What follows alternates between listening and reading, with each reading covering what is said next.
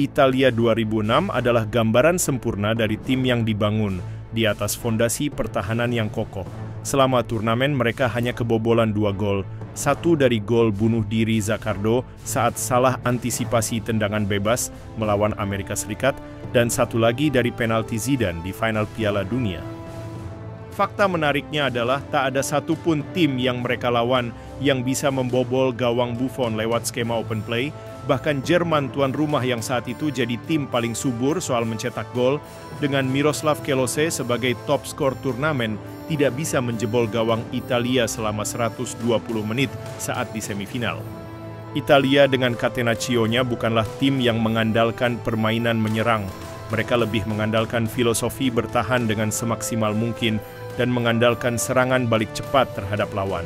Sebuah filosofi yang telah mereka bangun sejak berpuluh-puluhan tahun. Dan yang membuat perjalanan mereka makin luar biasa adalah kenyataan bahwa mereka menjalani turnamen di tengah skandal Calciopoli yang sedang berlangsung. Skandal pengaturan skor yang mengguncang sepak bola Italia dari dalam, publik ragu, media menyerang, tapi tim nasional tetap melaju.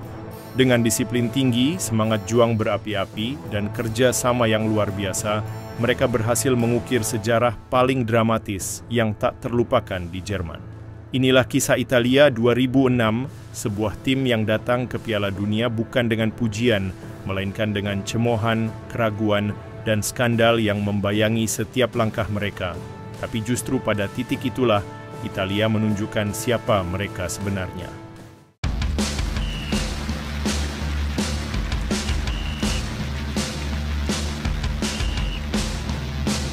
Awal Mei 2006. Alih-alih menyambut Piala Dunia dengan semangat, publik Italia justru disuguhkan drama besar, Calciopoli.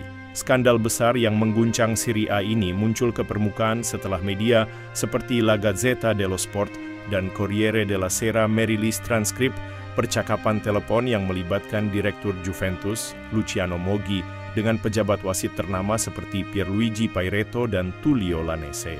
Mereka diduga mengatur penunjukan wasit demi menguntungkan tim tertentu, terutama Juventus. Tak hanya Juventus, nama-nama besar seperti AC Milan, Fiorentina, Lazio, dan Regina juga terseret. Federasi Sepak Bola Italia langsung membentuk tim investigasi khusus di bawah Stefano Palazzi. Di tengah kekacauan yang menyelimuti sepak bola Italia, timnas mereka sedang bersiap berangkat ke Piala Dunia. 15 Mei 2006, pelatih Marcello Lippi mengumumkan 23 nama pemain untuk skuad Italia. Di tengah badai Calciopoli, keputusan Lippi terbilang berani. Ia tetap memanggil pemain-pemain dari klub yang terseret skandal, Buffon, Cannavaro, Del Piero, Zambrotta, dan Mauro Camoranesi dari Juventus. Gennaro Gattuso, Andrea Pirlo, Filippo Inzaghi, dan Alessandro Nesta dari AC Milan, serta Luca Toni dari Fiorentina. Dalam konferensi pers di Roma, Lippi dengan tegas berkata, "Saya memilih pemain berdasarkan kemampuan mereka di lapangan, bukan apa yang terjadi di ruang rapat klub." Dan dari 23 pemain yang dipanggil, ada satu pemain saat itu yang paling dia nantikan, dia adalah Francesco Totti. Totti sempat mengalami patah tulang fibula dan ligamen robek pada Februari 2006 saat membela AS Roma. Dokter memprediksi ia takkan bisa bermain di Piala Dunia. Tapi Lippi tetap berharap. "Kalau ada 1% peluang dia bisa main, saya akan membawanya," kata Lippi. Totti menjalani pemulihan intensif dan bergabung ke Coverciano pada 25 Mei. Ia awalnya hanya latihan ringan, tapi saat melawan Ukraina di laga uji coba kedua, ia tampil 20 menit dan menunjukkan tanda-tanda pulih. Dan akhirnya, Totti resmi masuk skuad final Italia. Lippi sadar, Piala Dunia ini bukan soal taktik semata. Ia butuh tim yang solid secara mental. Maka ia mengadakan pertemuan internal untuk menekankan bahwa mereka mewakili Italia, bukan klub mereka, memberi motivasi bahwa ini adalah kesempatan membersihkan nama bangsa. Italia terbang ke Jerman di tengah skandal Calciopoli yang bisa saja menghancurkan persiapan Italia. Tapi Marcello Lippi berhasil menjaga ruang ganti tetap utuh. Ia tidak menyerah pada tekanan media, tetap percaya pada pemainnya, dan bahkan memberi panggung kepada Totti yang belum sepenuhnya pulih.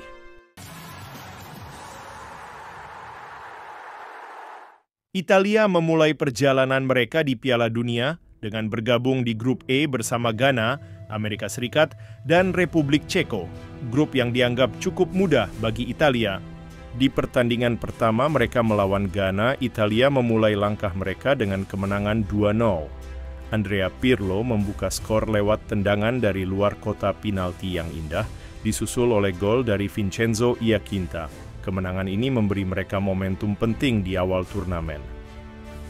Namun pertandingan kedua menghadirkan ketegangan. Italia bertemu Amerika Serikat. Secara mengejutkan, Amerika memberikan perlawanan sengit pada Italia. 3 kartu merah dikeluarkan oleh wasit pada laga itu, 1 untuk Italia. De Rossi harus diusir keluar lapangan pada menit ke-28 dan 2 kartu merah untuk Amerika Serikat. Dan meski mereka mendominasi permainan, laga ini berakhir imbang 1-1. Gol Italia dicetak oleh Gilardino, namun sebuah gol bunuh diri Zaccardo membuat Italia harus puas dengan 1 poin. Laga terakhir fase grup, Italia menghadapi Ceko. Namun di laga itu Italia harus kehilangan bek tangguh Alessandro Nesta yang mengalami cedera otot paha kiri pada menit ke-17 dan harus absen sampai akhir turnamen. Dan digantikan oleh Marco Materazzi yang justru tampil luar biasa di sepanjang turnamen. Dia adalah pahlawan tak terduga Italia. Baru masuk di lapangan, Materazzi langsung mencetak gol pembuka untuk Italia pada menit ke-26 lewat sundulannya. Pada menit ke-87, striker hantu Italia Inzaghi lolos dari jebakan offside dan mengunci kemenangan Italia 2-0. Dengan kemenangan 2-0, mereka menutup grup dengan koleksi 7 poin, memastikan status juara grup. Italia berhasil lolos ke 16 besar dan akan bertemu Australia. Australia waktu itu dilatih Guus Hiddink, pelatih yang dulu bikin Italia pulang lebih awal secara kontroversial di Piala Dunia 2002 bareng Korea Selatan. Kenangan pahit itu masih nempel banget di ingatan para pemain Italia. Mereka belum lupa gimana rasanya disingkirin dengan cara yang menurut mereka nggak adil. Pertandingan Italia versus Australia pun dimulai, laga yang penuh drama. Australia juga menerapkan gaya bermain bertahan. Italia kesusahan membongkar pertahanan Australia, dan celakanya pada menit ke-50 Marco Materazzi mendapatkan kartu merah. Italia harus bermain dengan 10 orang, situasi yang membuat Italia makin kesulitan untuk membongkar pertahanan Australia. Setelah saling serang, pertandingan memasuki injury time. Saat semua orang mengira pertandingan akan lanjut ke babak perpanjangan waktu, datanglah momen dramatis. Fabio Grosso melakukan penetrasi ke kotak penalti, lalu dijatuhkan oleh Lucas Neill. Wasit menunjuk titik putih. Italia mendapat hadiah penalti melalui Francesco Totti. Totti dengan tenang mengonversi penalti tersebut menjadi gol, membawa Italia lolos ke perempat final dengan kemenangan 1-0. Kemenangan ini memicu kontroversi bahkan setelah turnamen. Pertandingan ini terus jadi perbincangan. 4 bulan setelahnya, tepatnya tanggal 29 Oktober 2006, Presiden FIFA saat itu, Sepp Blatter, akhirnya angkat bicara. Di wawancara TV di Sydney, Blatter secara terbuka minta maaf ke fans Australia. Blatter bilang, Socceroos seharusnya melaju ke perempat final menggantikan Italia. Buset! Pernyataan yang nggak main-main dari orang nomor 1 FIFA saat itu. Menurut Blatter, performa wasit selama turnamen itu kurang memuaskan, dan ia juga nyorot pemain yang suka diving atau pura-pura jatuh demi keuntungan.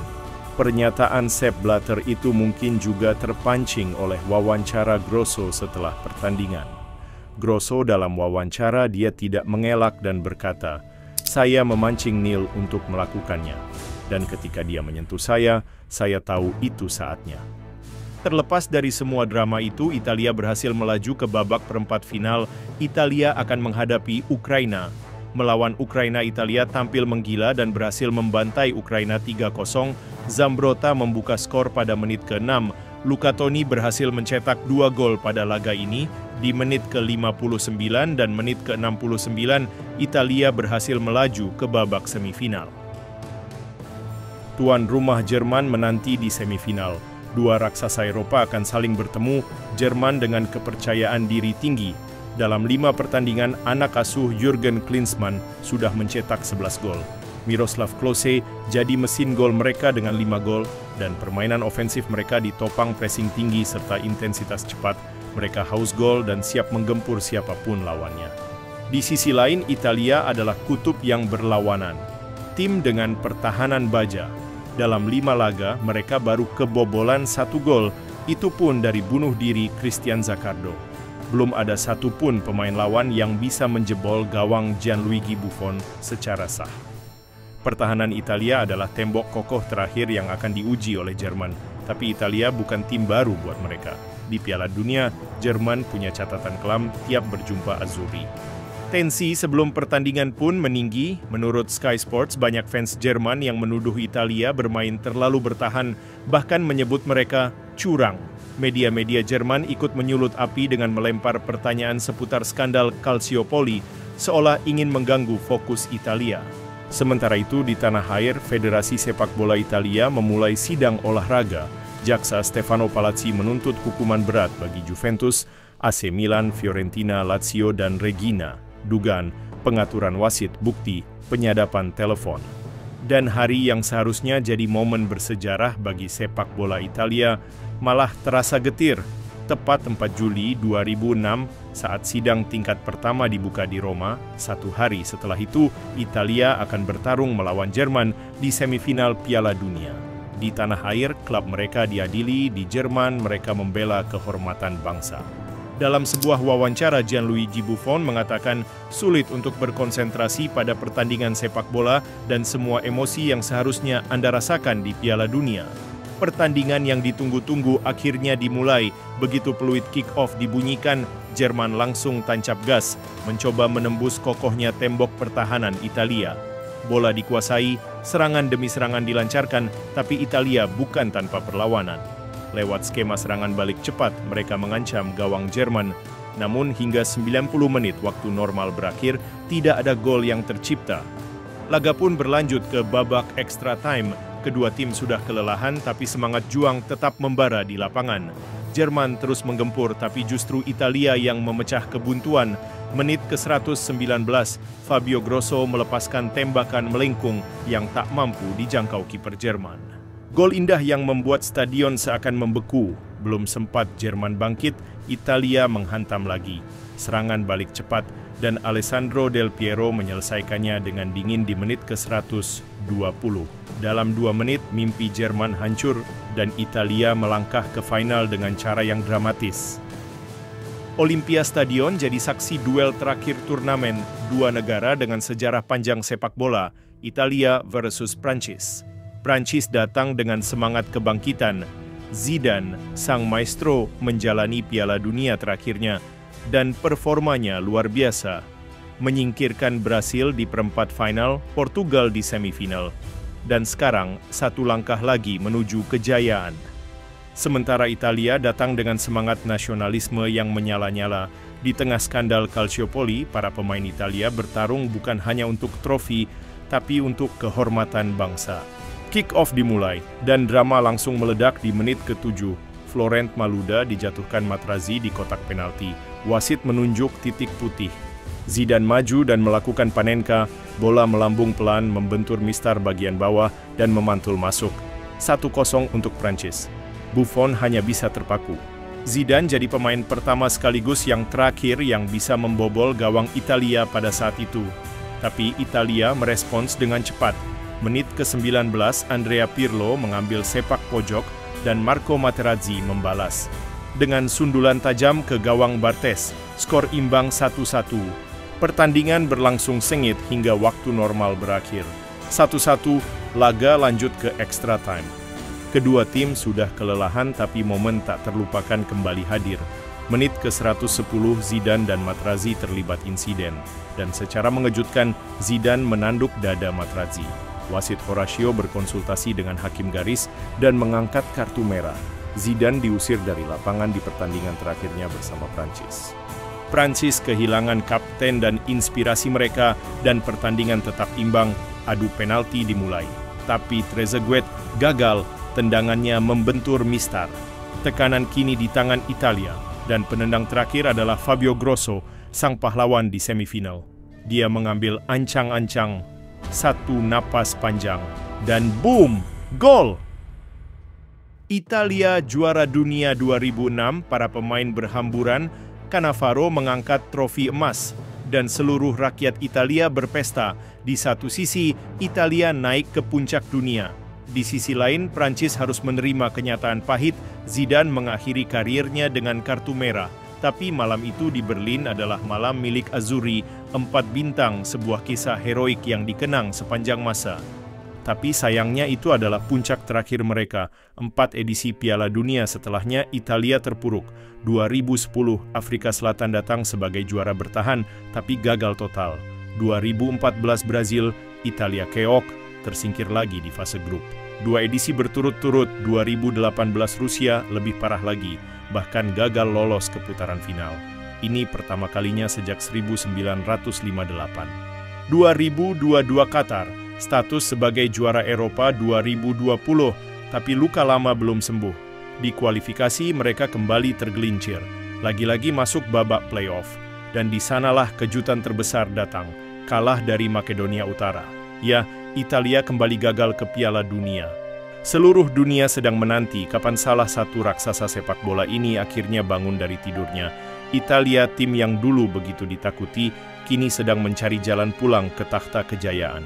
Semoga di Piala Dunia 2026, Gli Azzurri bisa kembali menunjukkan taringnya.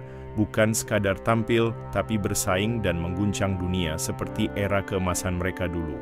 Terima kasih buat kalian yang udah nonton sampai akhir. Semoga hari kalian menyenangkan.